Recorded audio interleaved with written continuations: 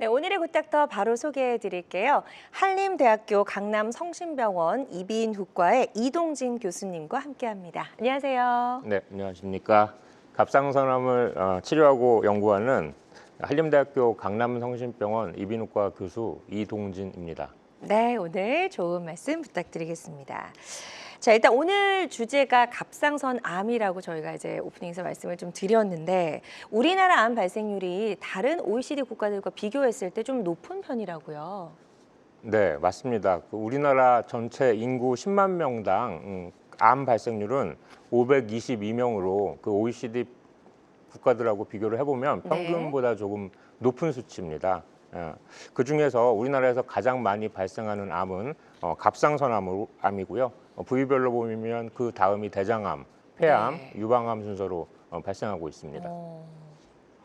그 흔히 뭐 저는 혹시 위암이 저 순위에 있을 거라고 생각했는데 저 순위는 없네요. 예, 그 네. 남성, 여성별로 좀 차이가 있는데요. 아, 그렇군요. 전체적인 순위는 그렇습니다. 네, 그래서 갑상선암이 뭐 단연코 1위 자리를 지키고 있어서 오늘 좀 이런 좋은 얘기를 좀 나눠보면 좋을 것 같고요. 갑상선 정확하게 잘 모르시는 분들도 계실 것 같아요. 보통 이제 뭐 초음파로 건강검진하면서 보는데 목의 안쪽에 위치해 있나요, 정확하게? 네, 네. 목에 있기는 한데요. 네. 사실 정확한 위치를 잘 모르시는 분들도 많이 있는데요. 우리가 남자들에서 목 앞에 조금 튀어나와 있는 부위, 이게 이제 갑상연골입니다. 네. 이 갑상연골보다는 좀 한 3, 4cm 아래쪽에 네. 위치하고 있고요. 여성으로 보면은 양쪽 쇄골이 가운데서 만나는 부위보다 약간 위쪽에 위치하고 있습니다. 그 옆에 있는 그림은 이제 뭐 시상하부 뇌하수체 또 좀 설명을 해주시면 도움이 될 수 네. 있을 것 같은데요. 갑상선은 우리 몸에서 그 내분비 기관이면서요. 갑상선 호르몬을 분비해서 여러 가지 대사를 이제 조정을 합니다. 네. 그 갑상선에서 호르몬을 만드는 거는 우리 이 그림에서 보시듯이 시상하부하고 뇌하수체에서 조절 호르몬들을 만들어서요. 조금이라도 높다 싶으면은 적게 만들게 하고 좀 많이 만들어진다 싶으면 좀 적게 만들어진다 싶으면 좀 많이 만들도록 그렇죠. 이렇게 조절을 하고 있습니다. 네. 자, 그런데 이제 이런 갑상선 호르몬 분비에 이제 문제가 생길 경우에 이제 어떤 질환이 발생을 하게 되는 것 같은데요. 어떤 문제들이 좀 생길 수 있나요? 이 갑상선 네, 호르몬. 갑상선 호르몬이 적게 나오면 이제 갑상선 기능 저하증이죠. 그래서 여기 표에서 그림에서 보이는 것처럼 네. 이제 좀 추위를 많이 타고 변비 같은 게 생길 수가 있고요. 그 다음에 뭐 여러 가지 피부, 뭐 머리카락이 이제 잘 빠지고 뭐 월경불순 이런 게 생기고요. 그 다음에 갑상선 호르몬이 많이 나오면은 갑상선 기능 항진증으로 앞에 증상하고는 좀 반대되는 증상들, 더위를 많이 타거나 많이 피곤하거나 또 설사 뭐 이런 것들이 동반되게 됩니다. 네, 그래서 저하증과 항진증의 경우에 이제 증상이 좀 약간 반대된다라고 좀 보시면 될 것 같아요. 네, 예. 맞습니다. 혹시 추가적으로 좀 설명해 주실 부분이 있으실까요? 그 갑상선 호르몬 수치가 굉장히 이제 우리 몸에서 굉장히 중요하거든요. 맞아요. 그래서 예. 갑상선 호르몬이 많다, 적다가 지금 말씀하신 대로 딱 반대로만 작용하는 건 아니고요. 예, 여러 가지 내분비 축에서 이제 중심으로 작용을 하기 때문에 사실은 이 증상만 가지고는 우리가 판단을 할 수가 없고요. 네. 갑상선 호르몬 수치를 이제 측정을 해봐야지만 정확한 진단을 할 수가 있습니다. 그럼 뭐 혈액 검사를 통해서 하게 네, 되나요? 맞습니다. 혈액 예. 검사로 간단하게 진단이 됩니다. 알겠습니다. 자, 그래서 갑상선 호르몬 분비 이상이 생길 경우에 이제 나타날 수 있는 갑상선 기능 저하증과 항진증의 어떤 증상들을 좀 비교를 해봤고요. 이거 외에도 저도 이제 건강 검진하다가 발견을 했는데 이 갑상선은 뭐 결절이 있다 이렇게 좀 이야기를 하시더라고요. 예, 그런 네. 경우도 좀 흔하다고는 하시던데 좀 걱정은 돼요. 예. 네, 갑상선 결절도 이 갑상선 항진 저하만큼이나 굉장히 많습니다. 그래서 한 10명 정도 초음파를 해보면 한 3, 4명 이상에서는 갑상선 결절이 진단이 됩니다. 네. 이 남자보다는 특히 여성에서 또 한 3, 4배 정도 더 많이 발생을 하고요. 그러네요. 예. 우리가 이 갑상선 결절을 진단을 하게 되는 경우가 이제 일부에서는 뭐 혹이 만져진다거나 아니면은 통증이 있다거나 뭐 주위에서 보고 너 좀 여기가 튀어나온 것 같다 뭐 이렇게 얘기하는 증상이 있는 경우도 있지만요. 네. 사실은 요즘은 대부분의 경우에는 건강 검진 때 이 목에 초음파를 해가지고 갑상선 맞아요. 초음파를 해서 증상이 없는데도 갑상선 결절을 진단받고 병원에 오는 경우가 훨씬 더 많습니다. 네. 그런데 이 초음파를 하시게 되면 네. 우리가 결절이 있다, 없다 이것만 알 수 있는 게 아니라 어느 정도 암이 의심된다 이런 것들을 좀 예측을 할 수가 있습니다. 그래서 주기적인 초음파 검사는 만약에라도 결절이 있다면 반드시 좀 필요하다라고 좀 보시나요? 네, 맞습니다. 어느 정도 좀 주기로 이렇게 추적을 하면 좋을까요? 모양이 암의 모양이 아니고 좀 이제 안심하셔도 되는 경우에는 1년이면 충분하고요. 네. 1년 동안에 이제 크기가 변하는지 그 초음파 모양이 변하는지 뭐 이런 것들을 확인하면 되고 네. 만일에 이제 초음파 모양이 좀 안 좋은데 바늘 검사, 새침 흡인 검사 같은 걸 해서 좀 이제 확진이 되지 않는 경우 이럴 때는 조금 짧은 간격으로 뭐 6개월이나 뭐 아주 짧으면 3개월 정도 이렇게 초음파를 다시 하기도 합니다. 네, 좋습니다. 그래서 역시 주기적인 이제 검사만이 이제 큰 질환을 예방할 수 있는 가장 좋은 방법이 될 수 있을 것 같고요. 초음파를 하면서도 이게 좀 암으로 뭐 발전이 될 것인지 예측이 가능하다라고 말씀을 해주셨는데 그 부분도 좀 자세한 설명을 들어볼게요, 교수님. 네, 저희가 초음파를 하게 되면 결절이 있다, 없다만 이렇게 나오는 게 아니고요. 네. 카테고리별로 이제 그 어느 정도 암을 예측을 할 수가 있습니다. 그래서 네. 초음파를 시행하면은 1번부터 6번까지 그 어느 단계인지를 저희가 알 수가 있는데요. 지금 표를 잠깐 보여주시면요. 네. 그 여기에서 맨 아래에 이제 무결절인 거는 이제 초음파를 했는데 아무런 결절이 없는 거라서 이건 괜찮은 거고요. 아, 다행이네요. 두 번째 이제 네. 양성이라고 나온 거는 네. 결절이 있긴 있는데 아. 그 모양이 굉장히 걱정을 안 하셔도 되는 그냥 물주머니나 뭐 이런 것들이라서 여기에도 이제 큰 문제가 없습니다. 이 세 번째, 네 번째, 다섯 번째가 문제인데요. 세 번째는 낮은 의심으로 이제 모양이 괜찮아 보이지만 이럴 때는 2cm 이상이 될 때는 이제 새침 흡인 검사를 하라고 되어 있습니다. 4번, 5번은요 암의 가능성이 좀 높기 때문에 이럴 때는 크기가 작아도 새침 흡인 검사를 하는 것이 정석입니다. 네. 자, 그러면 이제 초음파도 사실 잘 봐서는 모르겠더라고요, 저희는. 근데 이제 초음파 사진도 한번 비교해 보면서 이상이 있는 경우와 그렇지 않은 경우 저희가 한번 설명을 더 들어볼게요, 교수님.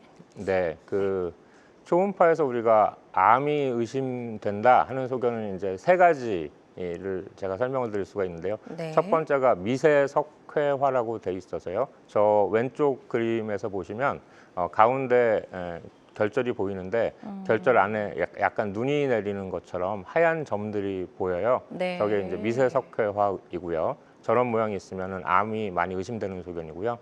두 번째 오른쪽에 있는 그림은 그 가운데 거무스름한 결절이 있는데 네. 좌우로 납작하지 않고 위아래로 길어요. 서 있는 것처럼 보일 때 그러네요. 이럴 때도 이제 암을 의심하는 소견입니다. 그리고 하나가 더 있는데요. 원래 결절은 가장자리가 이제 잘 보이는 동그란 결절이 대부분인데 네. 여기에서처럼 가장자리를 이렇게 어딘지 따라가 보려고 해도 정확하게 가장자리가 안 보이는 경우 이럴 때 가장자리가 불규칙할 때도 이제 갑상선 암을 의심하는 초음파 소견이 되겠습니다. 네, 그래서 초음파 검사 결과 이제 사진을 보면서도 이렇게 좀 암이 의심되는 경우 저희가 좀 알아봤습니다. 한림대학교 강남성심병원 이동진 교수님과 함께하고 있습니다. 착한 암, 또 거북이 암으로도 알려져 있지만 또 치료를 미루게 될 경우 이제 독한 암이 될 수 있는 갑상선 암에 대해서 알아보고 있고요. 방송 보고 계신 분들 중에서 혹시라도 이런 갑상선 암과 관련해서 고민, 궁금한 점 있는 분들은 상담 전화 주셔서 한번 상담을 받아보셔도 도움이 될 수 있을 것 같습니다. 02-6677-0012번, 02-6677-0012번 상담 전화 활짝 열려 있고요. 직접 전화 연결이 좀 부담스럽다 하시는 분들은 사연만 남겨주셔도 저희가 문자 상담으로 상담 도와드리도록 하겠습니다. 자, 지금 많은 분들이 전화 상담 참여해주고 계신데요. 접수 상황 잠시 살펴보고 가도록 할게요. 자, 먼저 50대 여성분 전화를 주셨고 자영업하고 계시다고 합니다. 요즘 몸이 너무 피곤하고 아침마다 얼굴이 붓고 살도 좀 많이 찌셨다고 하고요. 이게 이제 갱년기 증상인지 아니면 혹시 갑상선 질환이 아닌지 궁금합니다라고 전화를 주셨네요, 교수님. 네, 증상만으로는 둘 다 가능성이 있을 것 같은데요. 둘 다. 예, 예. 갑상선 저하증도 딱 저런 세 가지 증상이 오기 때문에 저런 경우에는 이제 바로 병원에서 갑상선 호르몬 검사를 받아보셔야지 두 가지 질환 중에 어느 거인지를 알 수가 있고요. 둘 다 치료가 가능하기 때문에 그냥 계실 게 아니라 검사를 받아보시는 게 필요할 것 같습니다. 네, 지금 일단 갱년기 증상 그리고 이제 갑상선 기능에 어떤 문제가 생긴 것 둘 다 가능성이 충분히 있다라고 설명해 주셨으니까요. 가까운 전문 병원에 가셔서 이 갑상선 호르몬 검사를 반드시 좀 받아보시길 바란다고 말씀해 주셨습니다. 이 부분 참고하셔서 치료 계획 잘 세워보셨으면 좋겠네요. 자, 다음 또 전화로 접수된 사연 만나보도록 할게요. 이번에는 30대 남성분이십니다. 직장인이라고 하셨고 목에 목전 말고도 혹 같은 게 만져진다고 해요. 어머니가 갑상선 암으로 수술했던 이력이 또 있으시다고 합니다. 그래서 본인도 조금씩 이게 유전적으로 같이도 문제가 있지는 않을지 걱정이 되시는 것 같아요. 네, 갑상선 암은 분명히 유전적인 부분이 있기 때문에 특히 어머님이 갑상선 암으로 진단을 받으셨으면 네. 가족도 갑상선 암의 가능성이 좀 다른 분들보다는 높은 게 맞고요. 특히 남자분인데 목에 이제 갑상선 부위에 혹이 만져지면 아까 말씀드렸듯이 여자분들은 결절이 상당히 많은데 네. 남자분들은 좀 드물기 때문에 이런 경우에는 반드시 초음파가 필요한 것 같습니다. 그래서 초음파 검사를 좀 빠른 시일 내에 받아보시는 게 가장 좋을 것 같다라고 말씀해 주셨으니까요. 이 부분 참고하셔서 치료 잘 받아보셨으면 좋겠네요. 자, 다음 또 사연 하나 더 만나보도록 하겠습니다. 60대 여성분이 전화를 주셨고 주부라고 하셨어요. 갑상선 암 수술 후에 호르몬제 드시고 계시다고 하고 최근에 손 떨림 현상이 생겼고 이게 호르몬제 때문인지 아니면 뭐 다른 여러 가지 뭐 나이 때문인지도 궁금하다라고 하셨네요. 손떨림 현상. 예. 네. 갑상선 수술 후에 아마 지금 호르몬제를 복용하고 계시면 갑상선 전 절제술을 받은 것 같은데요. 뭐 부분 절제술을 받아도 이제 복용하시는 분들도 계시고요. 근데 네. 전 절제술에서 이 부갑상선에 이제 손상이 가끔 오기 때문에 몸에 칼슘이 부족해지면서 손 떨림 현상이 오기도 합니다. 근데 그런 경우에는 떨리는 부위가 약간 좀 특징적으로 입 가장자리, 입술 가장자리가 먼저 떨리거나 손발이 떨린다 하더라도 상당히 끝쪽, 손끝, 손톱 있는 부분이 이제 떨리는 거지 네. 전체적으로 뭐 손이 떨리거나 이러지는 않거든요. 네네. 이런 경우에는 역시 혈액 검사로 칼슘 부갑상선 수치를 좀 체크를 해보시면 이게 호르몬제 때문인지 다른 이유인지를 좀 알 수가 있습니다. 네. 좋습니다. 지금 아주 상세하게 설명을 잘 해주셨으니까요. 이 부분 참고하셔서 치료 잘 받아보셨으면 좋겠네요. 자, 계속해서 전화로 다양한 증상과 궁금증 물어봐 주고 계신데요. 상담 전화 활짝 열려 있습니다. 02-6677-0012번, 02-6677-0012번으로 전화 주셔서 이 갑상선 또는 갑상선 암과 관련된 여러 가지 고민과 궁금증 남겨주시면 저희가 상담 도와드리도록 하고요. 전화 연결이다 보니까 보다 명확하게 진단을 내려드리는 데에는 어느 정도 한계라는 게 존재할 수 있다는 점 꼭 기억을 해두시면 좋을 것 같습니다. 그리고 실시간 시청자 상담은 생방송 도중에만 가능합니다. 궁금한 점 있는 분들은 지금 바로 전화 주시기 바랍니다. 자, 저희 한림대학교 강남성심병원의 이동진 교수님과 함께하고 있습니다. 이제 초음파 검사를 통해서 이제 갑상선의 어떤 뭐 결절이라든지 암을 좀 미리 알아볼 수 있다라고 말씀을 해주셨는데 초음파 검사 결과 갑상선 암이 의심이 된다라는 설명을 듣고 나면 환자 입장에 좀 당황도 하고 걱정이 많이 되실 텐데 그 다음은 이제 그럼 어떻게 좀 해야 될까요? 네, 초음파 검사를 했는데 이제 양성이면은 이제 좀 안심하셔도 되는데요. 네. 초음파 검사에서 악성이 의심된다, 암이 의심된다 하시면 이제는 그 다음으로 해야 되는 검사가 새침 흡인 검사입니다. 우리가 바늘로 바늘로 세포를 조금 얻어내는 바늘 검사 하는 이제 새침 네. 흡인 검사인데요. 네. 이 검사를 하게 되면 그 세포의 이제 그 상태에 따라서 저희가 또 6가지 카테고리로 분류가 됩니다. 그래서 아까 말씀드렸던 초음파 결과와 이 새침 흡인 검사 결과를 가지고 암의 확률을 더 이제 높게 예측을 할 수가 있습니다. 네. 이 검사는 뭐 별다른 마취 없이 간단하게 진행이 되는 걸까요? 네, 많이 이제 걱정들 하시는데 통증이 무서워. 그렇게 심하지는 않은 네. 검사여가지고요. 네, 네, 네. 이 바늘 검사, 새침 흡인 검사의 그 결과도 이제 6가지로 분류가 되는데요. 여기 표에 보시면은 네. 정리가 좀 잘 되어 있습니다.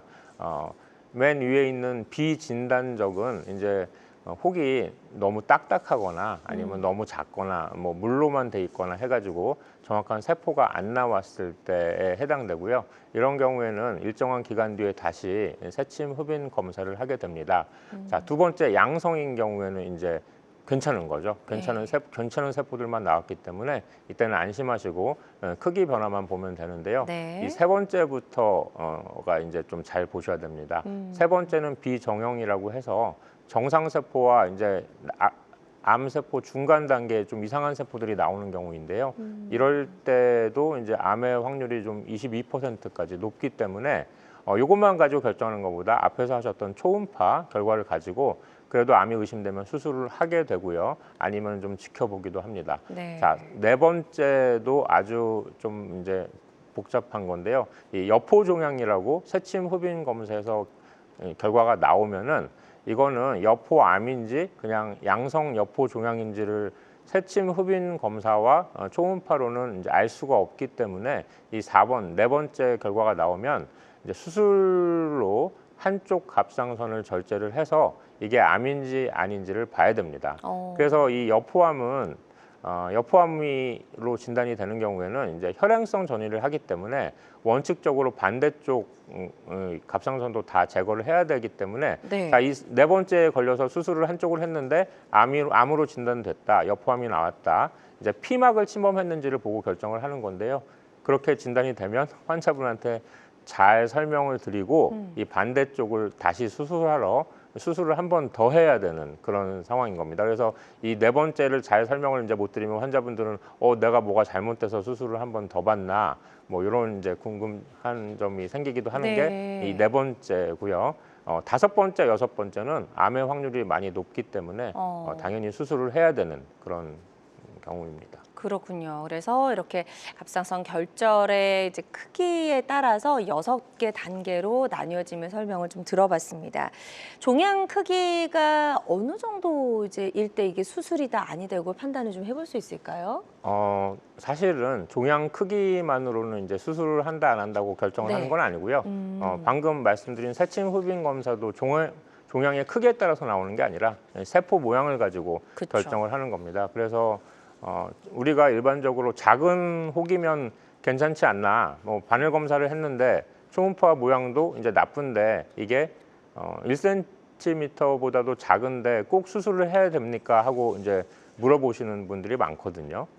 그런 경우 이제 정말 많이 물어보십니다. 외래에서 보면 이거 갑상선 하면 천천히 자란다고 하는데 이걸 꼭 수술을 해야 됩니까? 뭐 이렇게 물어보시는데요. 맞아요. 그런 이제 궁금증이 많다 보면은 그런 이제 연구가 이제 진행이 되죠. 그래서 그쵸. 일본에서 굉장히 많은 환자들을 대상으로 30년간 지켜봤습니다. 그 1cm 이하의 작은 결절이 있을 때 네. 그런 작은 암들을 가지고 수술을 안 하고 초음파만 정기적으로 계속하면서 지켜봤더니 실제로는 크기가 3mm 이상 증가하는 경우가 굉장히 적었고요.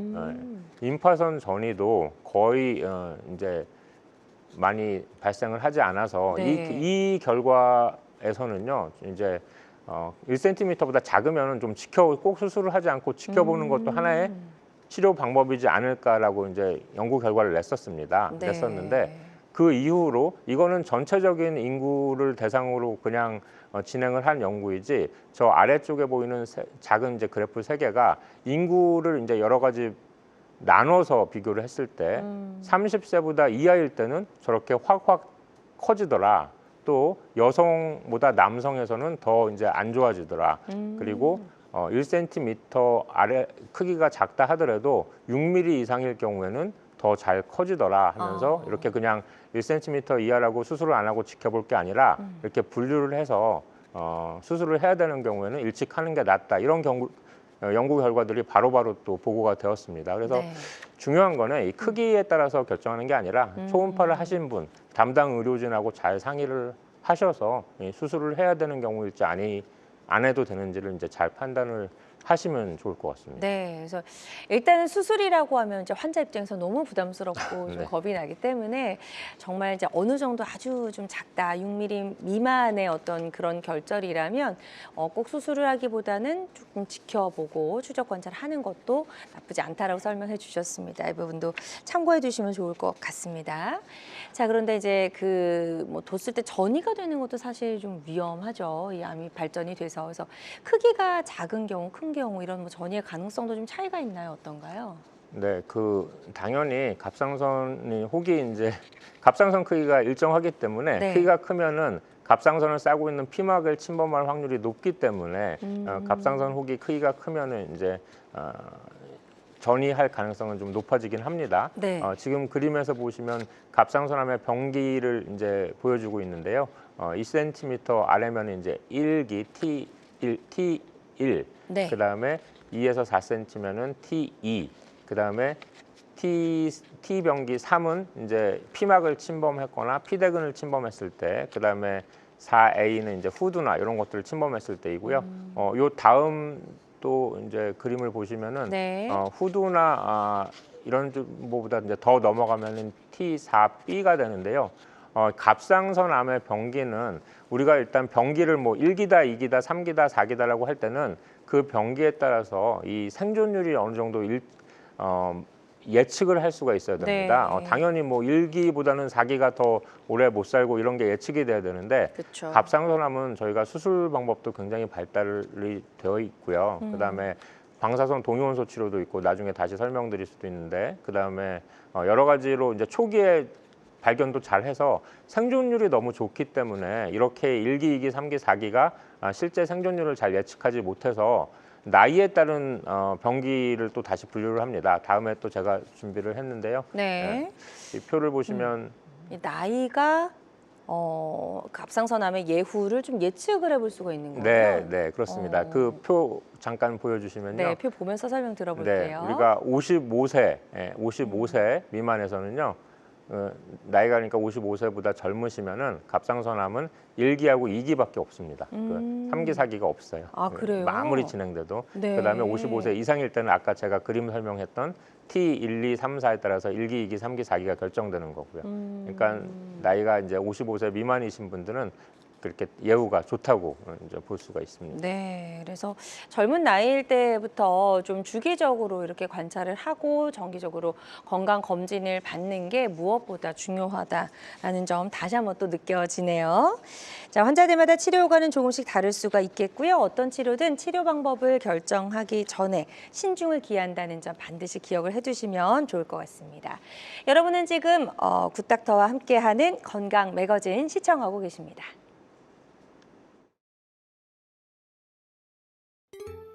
알쏭달쏭 건강상식 고민하지 마세요.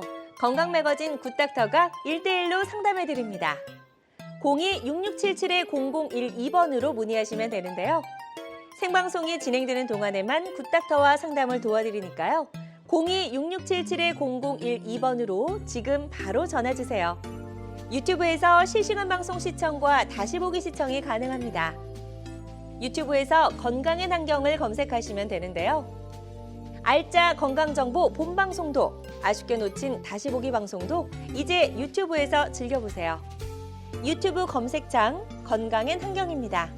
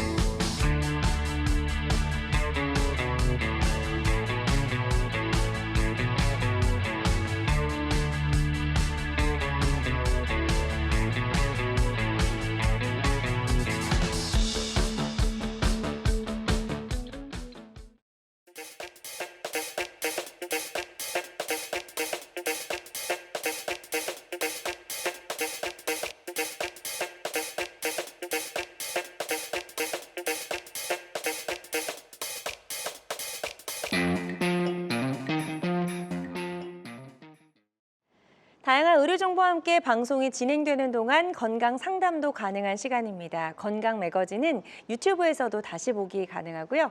유튜브에서 건강엔 한경, 건강엔 한경 검색하시면 되겠습니다. 자, 갑상선 암에 대해서 알아보고 있습니다. 한림대학교 강남성심병원의 이동진 교수님과 함께하고 있고요.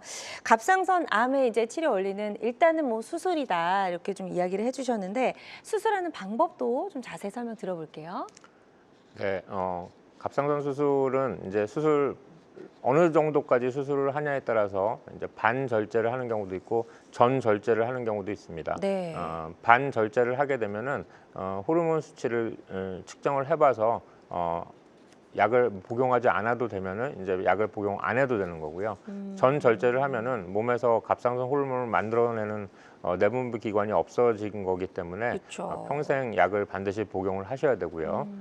수술 방법은 일단은 저희가 예전부터 해오던 목에 절개를 하고 갑상선을 떼어내는 그림에서 보시면 제일 왼쪽에 있는 그림처럼 이렇게 갑상선을 떼어내는 방법이 아직까지는 뭐 가장 많이 사용되는 방법이라고 생각이 되고요. 네. 최근 들어서는 이제 로봇이나 내시경을 이용해서 이 두 번째 그림처럼 겨드랑이로 들어가거나 또 귀 뒤로 들어가는 경우가 있고요. 이렇게 입술 안쪽으로 치아와 입술 사이로 해서 갑상선으로 로봇 팔이나 내시경이 들어가서 수술을 하는 여러 가지 수술법들이 이제 많이 사용이 되고 있습니다. 그렇군요. 예, 여기서 저 밑에 방사성 동위원소 치료라고 써놨는데요. 네네. 저거는 갑상선 전절제 수술을 한 분들에서 저게 필요한 경우에는 동위원소 치료를 같이 시행하기도 합니다. 네. 반절제에서는 시행하지는 않습니다. 네, 그렇군요. 그래서 지금 수술하는 다양한 방법 좀 설명을 들어봤고 혹시 수술하지 않고 뭐 비수술적인 방법으로 제거할 수 있는 건 없을까요? 네, 그 갑상선 암이 진단이 되면은 치료 방법은 수술이 그냥 절대적으로 이제 하나의 방법이 이제 수술입니다. 이 말고는 다른 방법들은 여러 가지 효과도 없을 뿐더러 종양학적으로도 위험할 수도 있습니다. 많이 또 시행이 되고 있는 게 고주파 절제술이라는 방법이 있는데요. 네네. 이거는 갑상선에다가 이제 전극을 이용해 가지고 이거를 쉽게 이제 녹인다고 보시면 되는데요. 이거는 종양학적으로 이게 암 가능성이 있을 경우에는 좀 사용을 하면 안 되는 방법이고요. 양성 종양에서 크기가 큰 양성 종양에서 꼭 수술을 안 하고 싶은 경우에 아주 제한적으로 사용을 할 수가 있지. 갑상선 암이 진단됐는데 수술적 치료 말고 다른 방법은 아직까지는 없습니다. 네, 그래서 가장 확실하게는 이제 수술적인 방법이 가장 좀 많이 사용이 된다라고 알아두시면 좋을 것 같습니다. 환자들마다 치료 효과는 조금씩 다를 수가 있겠고요. 어떤 치료든 치료 방법을 결정하기 전에 반드시 신중을 기해야 한다는 점 꼭 기억해 주시면 좋을 것 같습니다. 자, 이동긴 교수님과 함께 착한 암, 거북이 암으로 잘 알려진 갑상선 암에 대해서 알아보고 있고요. 방송 보고 계신 분들 중에서 혹시라도 갑상선 또는 갑상선 암에 관련해서 고민, 궁금한 점 있는 분들은 상담 전화 주시면 저희가 교수님과 상담 받아보실 수 있도록 연결을 도와드리도록 하겠습니다. 02-6677-0012번, 02-6677-0012번 상담 전화 활짝 열려 있고요.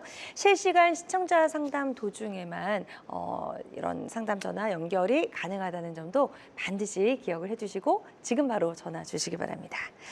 자, 갑상선 암에 대해서 알아보고 있습니다. 갑상선 암, 또 이제 뭐 여러 가지 종류가 좀 나뉘는지도 궁금하네요.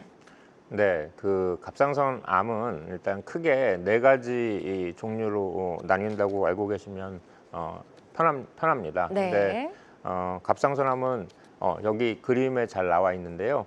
우리나라에서 갑상선 암을 진단받았다고 하면은 98% 정도는 분화암입니다. 잘 분화가 돼 있는 암인데요. 이 네. 분화암에는 갑상선 유두암하고 갑상선 여포암이 해당됩니다.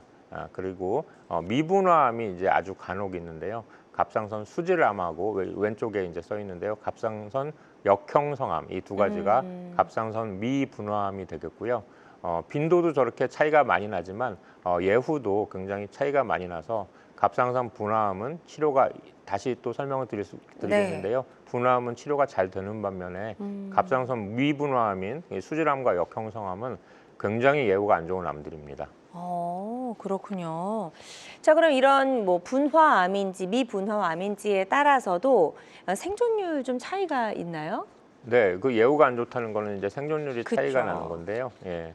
하나하나 보시면은 음. 이제 제일 많은 암, 뭐 한 90에서 95% 이상, 우리나라에서는 더 많은 것 같아요. 이 갑상선 유두암은 이제 대부분이 이 갑상선 암 환자분들이 갑상선 유두암이고요. 보시다시피 세포가 약간 좀 포도알 모양으로 되어 있어서 이제 유두암이라고 하고요. 저희가 다른 암들은 5년 생존율을 비교를 하는데 갑상선 암은 치료가 잘 되기 때문에 10년 생존율을 이제 비교를 하는데요. 99% 이상이니까 사실 이 갑상선 유두암으로 진단되셔서 이 갑상선 암 때문에 이제 사망하시는 분들은 거의 없다고 보시면 됩니다. 근데 전이를 또 잘 하긴 합니다. 그래서 림프절 전이를 잘 하고요. 네. 림프절 전이가 되면 또 재발 가능성도 있고 그래서 좀 병원에서 보면은 이 갑상선 유두암으로 재발을 잘 하는 것 때문에 고생하시는 분들은 많은데 또 치료는 잘 되는 그런 암입니다. 두 번째로 또 설명드릴 암이 갑상선 여포암인데요. 네. 아까 앞에 말씀드린 유두암보다는 이제 비율도 좀 적고요. 뭐 한 5%에서 10% 정도. 그다음에 생존율도 조금은 떨어지지만 이 암도 역시 치료가 굉장히 잘 됩니다. 네. 특히 이 갑상선 여포암은 아까 앞에서 제가 세침 흡인 검사를 설명드리면서 혈행성 전이기 때문에 양쪽을 다 떼어야 된다고 말씀을 드렸는데요. 네. 그래서 2번 수술을 해야 될지도 모른다고 말씀드렸던 게 이 암인데요. 갑상선 여포암은 양쪽을 다 절제를 해야 되고요. 그래서 환자분들께 잘 설명드리는 게 굉장히 중요합니다. 이 두 암인 그러니까 유두암과 여포암이 이제 분화암입니다. 갑상선 분화암. 그래서 굉장히 치료가 잘 되는 암이고, 자, 세 번째 갑상선 수질암이 있는데요. 우리나라에서는 좀 빈도가 적습니다. 적은데 1%라고 나와 있는데요. 네. 이거는 갑상선 여포세포에서 발생하는 암이 아니고 C세포에서 발생하기 때문에 조금 완전히 틀린 암입니다. 암 자체가 뭐 칼시토닌 이런 것들을 분비를 하고요. 굉장히 유전적입니다. 그래서 유전성 수질암 그 유전자가 이제 발견이 되면요. 이제 뭐 엄마나 아빠가 진단이 되면은 가족들을 다 검사를 해서 아이들도 그 유전자가 있으면 아주 어렸을 때도 예방적으로 갑상선 전 절제술을 이제 해야 되는 게 원칙인 그 정도로 이제 굉장히 유전적인 암이 되겠습니다. 네. 갑상선 수질암도 그래도 뭐 치료가 어느 정도는 잘 되는데요. 네 번째 보실 갑상선 역형성암은요.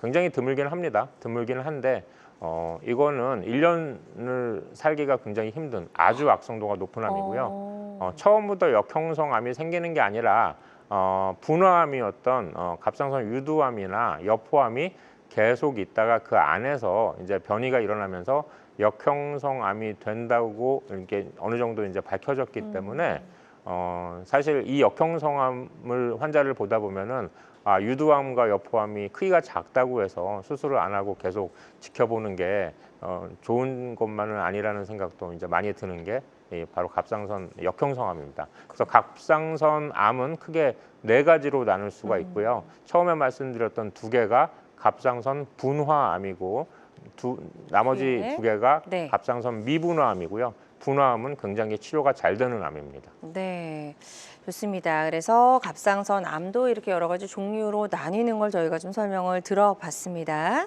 이제 수술을 하는 방법까지 저희가 쭉 한번 살펴봤고, 수술한 뒤에 또 이제 뭐 사후 관리가 좀 중요하잖아요. 네, 어떻게 해야 될까요? 네, 그렇습니다.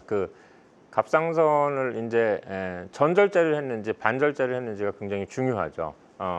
앞에서 한번 말씀드렸는데 전절제를 했는데 나는 지금까지 약을 안 먹었는데 이제 평생 이걸 먹어야 된다고 얘기를 듣고 일부러 안 드시는 분들도 있습니다. 그러면은 네. 그런 분들은 이제 갑상선 호르몬이 몸에 하나도 없기 때문에 굉장히 여러 가지 문제가 많이 일어납니다. 갑상선 저하증 정도를 넘어서서 이제 뭐 심장에도 무리가 가고요. 이거는 굉장히 치명적일 수가 있기 때문에 본인이 어떤 수술을 받으셨는지 잘 보시고 네. 3개월째, 뭐 1년째 갑상선 호르몬이 약을 어느 정도 먹고 있는데 잘 유지가 되는지 뭐 한 알씩 먹고 있는데 낮으면 한 알 반씩 먹고 이런 것들을 잘 담당 의사와 상의를 해서 하셔가지고요. 유지를 하셔야 되고 그다음에 갑상선 수술할 때는 갑상선 바로 옆에 부갑상선이라는 게 있는데요. 요게 이제 허혈성 손상 같은 게 잘 오는데 이제 이 손상이 오면은 칼슘이 부족해지면서 아까 시청자 질문에서 나왔던 손떨림이 발생을 하게 됩니다. 그래서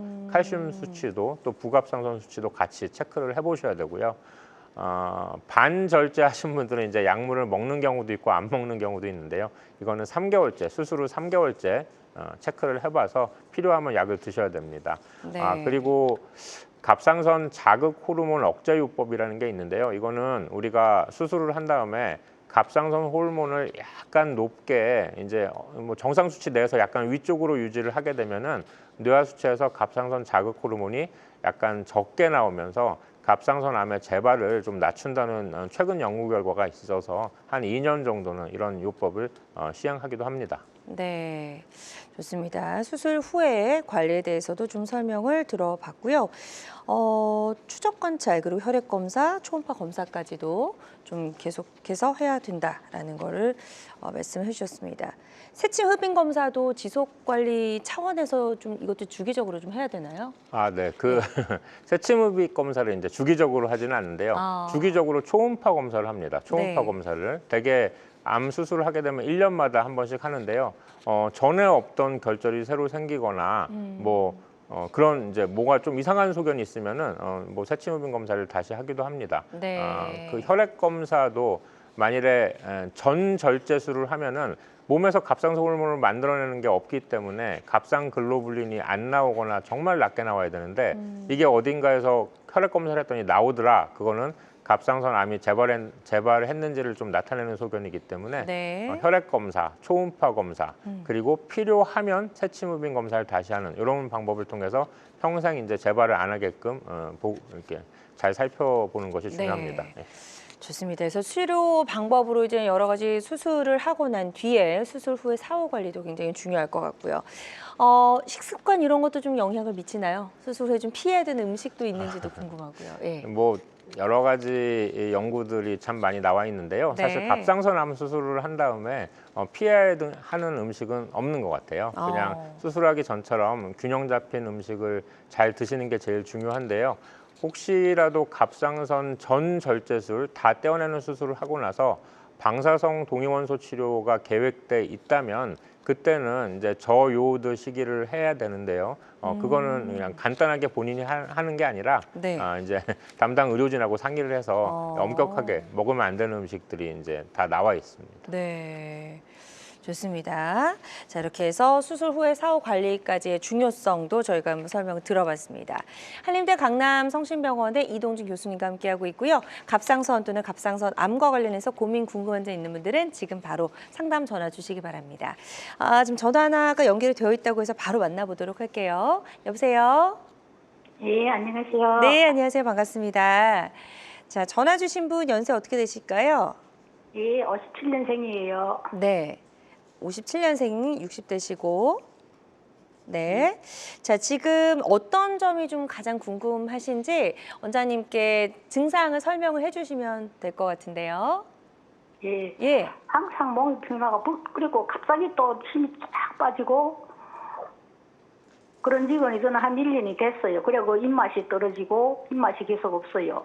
입맛이 없고, 지금 2달 전부터 목이 불편해가지고 이비인후과를 갔는데 이비인후과에서 후두염이라 해갖고 2달 치료했는데 안 나서갖고 또 다른 이비인후과를 갔더니 거기서는 또 역류성 식도염이라 갖고 지금 치료를 하고 있거든요. 그래 지금 조금 효과는 좀 나는 것 같은데 그래도 계속 지금 목이 불편하거든요. 그리고 옛날에는 제가 추위를 많이 탔는데 지금은 추운 것보다도 땀이 자꾸 나거든요. 네. 그리고 몸이 지금 나서 지금 체중도 부럽고요. 네. 그래갖고 보니까 그 갑상선과 거의 비슷해갖고 제가 지금 문의드리는 거예요. 예, 충분히 갑상선 암이 걱정되실 만한 증상들도 있으신데요. 후두 내시경을 아마 이비인후과에서 보시고 후두염 진단을 받으신 것 같아요. 지금 역류성 후두염이 진단을 받으셨는 경우에는 지금 말씀하신 증상들이 또 다 연관이 있습니다. 그래서 갑상선 암이 의심 좀 걱정이 되시면은 제가 볼 때는 초음파를 한번 하시면은 좀 뭔가 명확하게 나올 것 같은데요. 이 증상만 가지고는 조금 좀 애매한 경우가 있긴 있습니다. 네, 그래서 갑상선 초음파를 좀 해보시는 게 도움이 될 수 있을 것 같다라고 말씀해 주셨으니까요.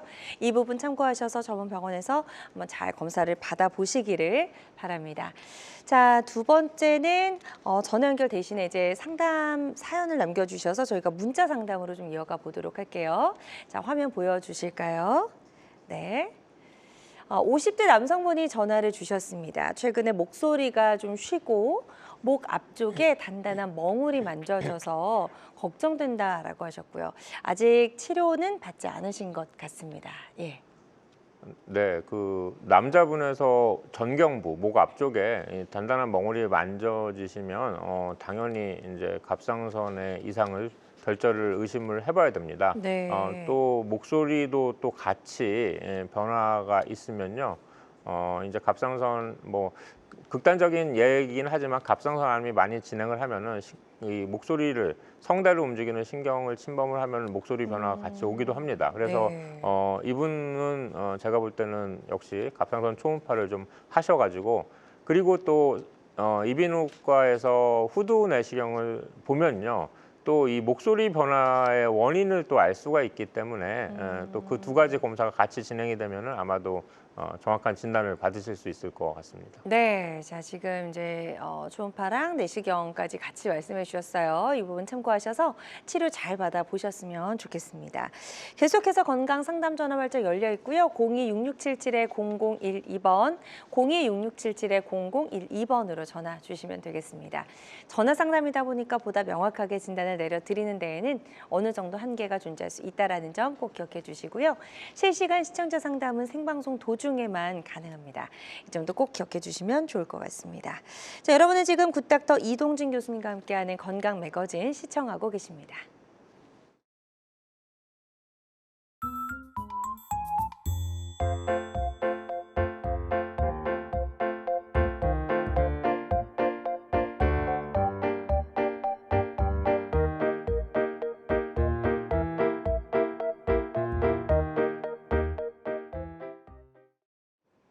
자, 지금부터는 Q&A를 통해서 갑상선 암과 관련된 오해와 진실을 해석해보는, 해명해보는 시간 갖도록 하겠습니다. 자, 첫 번째 질문부터 화면으로 만나보도록 할게요. 보여주시죠. 자, 첫 번째 질문입니다. 갑상선 암과 관련해서 갑상선 결절이 양성인데 이거는 안심해도 될까요? 라는 질문입니다. 양성은 아까 괜찮다고 하셨죠? 네, 예. 네 맞습니다. 예. 근데 이제 이것도 많이 걱정하시는 질문 중에 하나인데요. 네. 이제 양성인데 뭐 평생 문제 없냐 하는 건데 이제 세포 분열은 계속 되는 거니까요. 이 연구 결과들을 보면은 양성이었는데 여기서 악성으로 변하는 경우도 한 1~2% 정도에서 보고가 되고 있습니다. 예. 그러면은 양성이라고 했는데 내가 그 1~2%에 해당되면 어떡하나 또 이런 그쵸. 걱정도 하시잖아요. 네네. 그래서 이제 이게 양성일 결절이 있다는 거잖아요. 양성이라고 하지만 그럴 경우에는 그냥 놔두지 마시고 한 1년에 한 번, 뭐 길게는 2년에 한 번 정도 초음파를 해서 네. 또 이전에 했던 초음파 결과랑 같이 비교를 해보면 굉장히 정확한 정보를 얻을 수가 있거든요. 그래서 이게 좀 모양이 나빠지는지 크기가 커지는지 어디 뭐 피막을 뚫는 소견이 보인다든지 이런 거를 잘 보시고 그런 게 전혀 없이 그냥 크기도 변화가 없다, 모양도 괜찮다. 어떤 때는 또 없어지기도 합니다. 그럴 때는 오. 좀 안심하시고 네. 걱정 안 하셔도 됩니다. 네. 그 1~2%라는 거는 새로 암이 생기는 확률보다도 더 적은 거라서 그렇군요. 그렇게 걱정하실 필요는 없습니다. 네, 좋습니다. 이렇게 말씀 들어보니까 조금은 안심이 되네요. 예. 자, 이번에는 어떤 또 궁금증이 준비가 되어 있는지 두 번째 질문 살펴볼게요. 남성, 여성의 갑상선 암 차이가 있나요? 라는 질문인데 여성의 비율이 좀 높다라고 아까 말씀은 해주셨죠?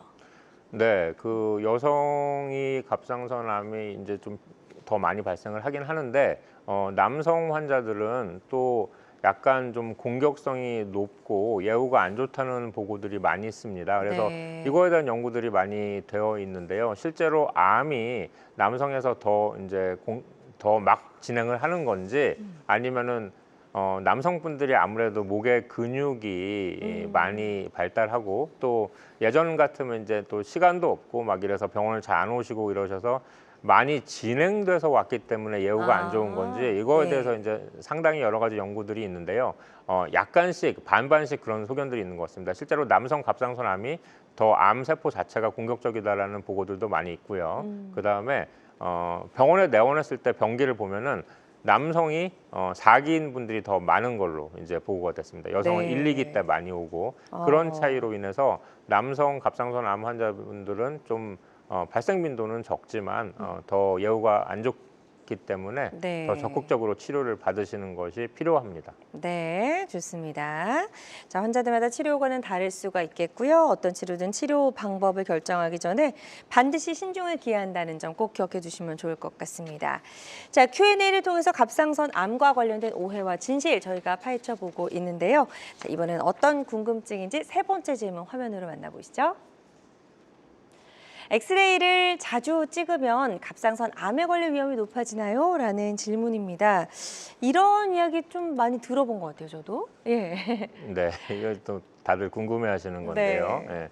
우리가 엑스레이 가장 많이 찍는 게 이제 폐 흉부 엑스레이죠. 맞아요. 예, 흉부 엑스레이를 한번 촬영을 하면은 약 0.2 밀리시버트, 여기서 밀리시버트라는 건 이제 방사선 노출 단위인데요.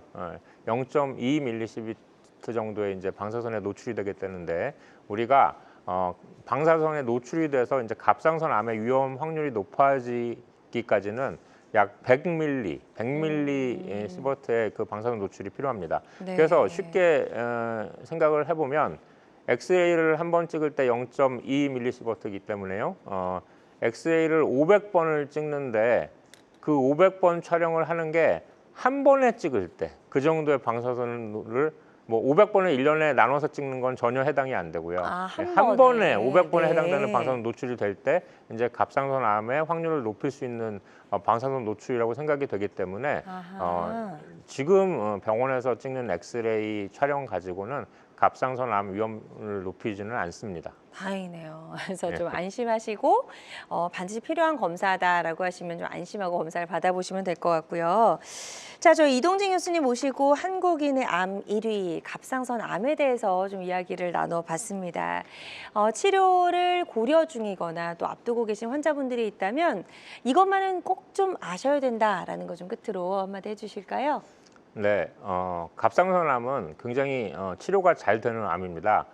치료가 잘 되는 데는 어떤 상황일 때는 어떤 치료를 하는 게 맞다라는 게 이제 잘 이제 지금까지 발전이 되어 있는 건데요. 네. 그래서 수술이 필요한 갑상선 암의 치료는 수술이고요. 수술이 필요한데도 불구하고 이제 의료진이 수술을 권유하는데도 치료를 안 받고 뭐 이러시는다가 이제 때를 놓치시는 경우가 있는데요. 정확한 치료를 받으셔야 되고요. 그리고 갑상선 수술 후에는 또 아까 말씀드린 대로 전절제를 했는데 나는 약을 먹기 싫다 해가지고 갑상선 약을 복용 안 하고 이래서 이제 몸에 큰 문제가 되지 않도록 뭐 수술 전이나 수술 후나 담당 의료진의 말을 잘 따르시고 정확하게 치료를 받으시면 굉장히 치료가 잘 되는 암입니다. 네.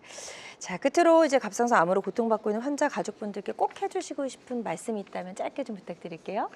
네, 이 갑상선암이 그냥 착한 암이라고 이제 많이 얘기를 듣는데 실제로 병원에서 보면은 재발도 좀 잘 하고요, 전이도 잘 하고 그랬습니다. 그래서 그런 얘기 들으시면 굉장히 좌절하시고 뭐 이렇게 하시는데요. 다 거기에 따라서 이제 치료 방법들이 있습니다. 수술을 한 번 더 하셔도 되고요, 방사선 동위원소 치료를 해도 되고요. 예, 전혀 좌절할 문제가 아니고요. 예, 네. 아까도 말씀드렸지만 거기에 해당되는 치료 방법에 대해서 잘 설명을 들으시고 그대로 따르시면은 전혀 완치에 문제가 없는 암이 바로 갑상선암이 되겠습니다. 네, 좋습니다. 자, 오늘 다양한 갑상선 암 치료법 살펴봤고요. 모든 치료법에는 부작용이 따를 수 있고 개인마다 치료 효과가 다르다는 점, 전문의와 상담을 통해서 적절한 치료를 받는 것이 가장 좋은 선택이라는 점 꼭 기억해 주시기 바랍니다. 지금까지 이동진 교수님과 함께했습니다. 오늘 말씀 고맙습니다. 네, 감사합니다.